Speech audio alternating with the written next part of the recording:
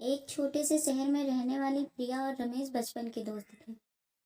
दोनों साथ में स्कूल जाते, पढ़ाई करते, शरारत करते, साथ खेलते। दोनों को एक दूसरे का साथ बेहद पसंद था।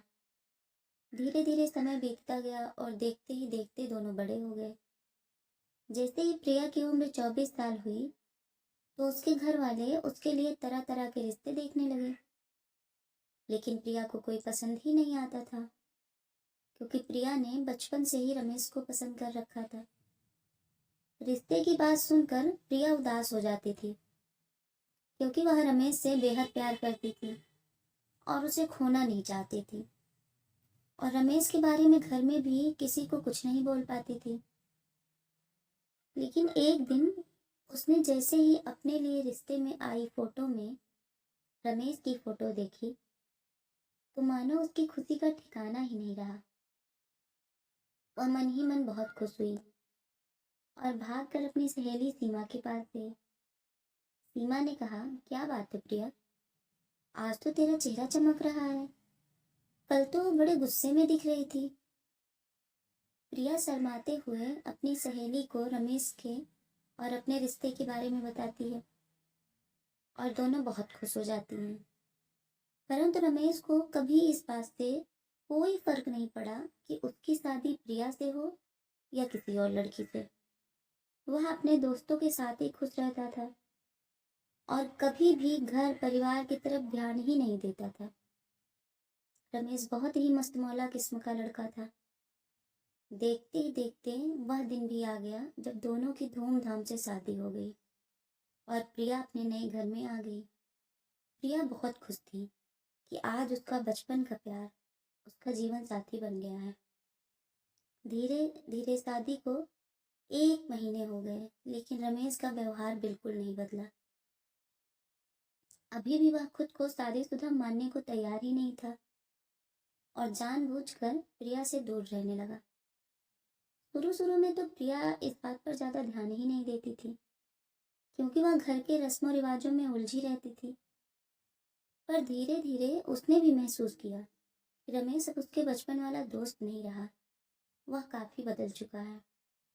उसका जब मन करता था घर आता था, कभी कभी तो रात रात भर बाहर रहता, प्रिया से ज्यादा बात भी नहीं करता था। इस बात से प्रिया दुखी रहने लगी। एक दिन प्रिया रमेश से कहती है, रमेश, मैं तो बहुत खुश थी कि मेरी शादी मेरे बचपन के दोस्त से हुई है, लेकिन तुम्हारे अंदर तो बहुत बदलाव है। अब तो तुम मुझसे बात भी नहीं करते, यहाँ तक कि मुझको देखते भी नहीं हो। तुम इस शादी से खुश नहीं हो क्या? प्रिया की बात सुनकर रमेश को गुस्सा आ जाता है और बोलता है, देखो प्रिया, मैं जानता हूँ कि हम बचपन के अच्छे दोस्त थे, लेकिन अब हम छोटे बच्चे नहीं हैं, हम बड़े हो गए हैं।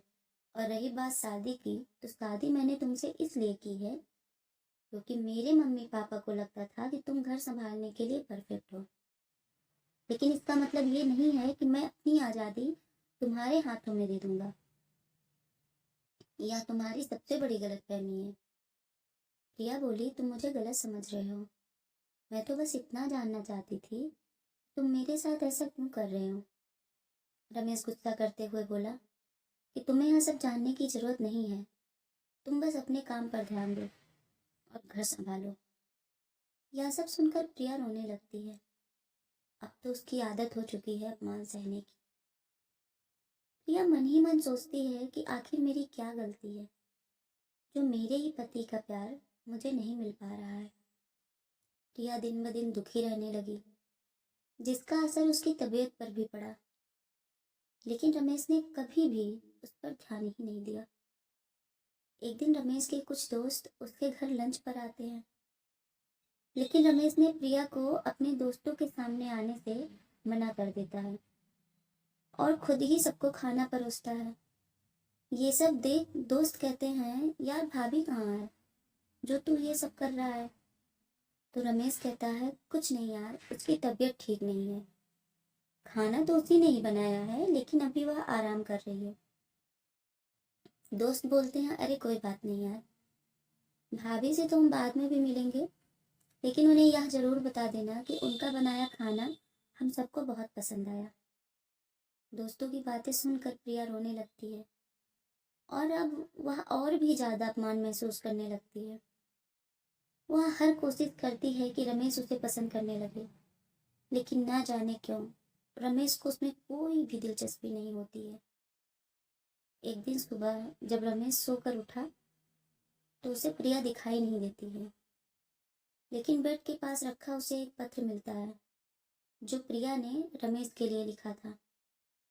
डियर रमेश, मैंने तुमसे शादी इसीलिए की क्योंकि मुझे लगता था कि तुम भी इस शादी में खुश हो, लेकिन मैं गलत थी। फिर भी मैंने वो हर कोशिश की जिससे तुम खुश रहो और मैं तुम्हारा ध्यान रख सकूं, लेकिन लगता है मुझ में ही कोई कमी है जिससे मैं आज तक तुम्हारे दिल में अपने लिए जगह नहीं बना पाई। शादी से लेकर अब तक मैंने अपने अंदर बहुत बदलाव किए जो तुम्हें पसंद आते, लेकिन तुमने तो कभी ध्यान ही नहीं दिया। मैं तुमसे बहुत प्यार करती हूँ और तुमसे भी थोड़ा सा प्यार और साथ ही चाहती थी, लेकिन तुमने वो भी देना ठीक नहीं समझा। मुझे लगता है कि किसी भी रिश्ते में प्यार बहुत ज़रूरी होता है। प्यार ही हर रिश्ते की बुनियाद होती है, लेकिन प्यार से भी ऊपर होता है अपना आत्मसम्मान। माना प्यार रिश्तों का आधार है, तो आत्मसम्मान खुद के जीवन का मूल तत्व है। कभी भी किसी के पीछे एक तरफा नहीं भागना चाहिए।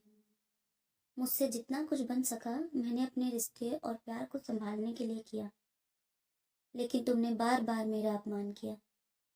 शायद तुम इस रिश्ते में खुश नहीं हो, इसलिए मैं हमेशा के लिए तुम्हें छोड़कर तुमसे दूर जा रही हूँ।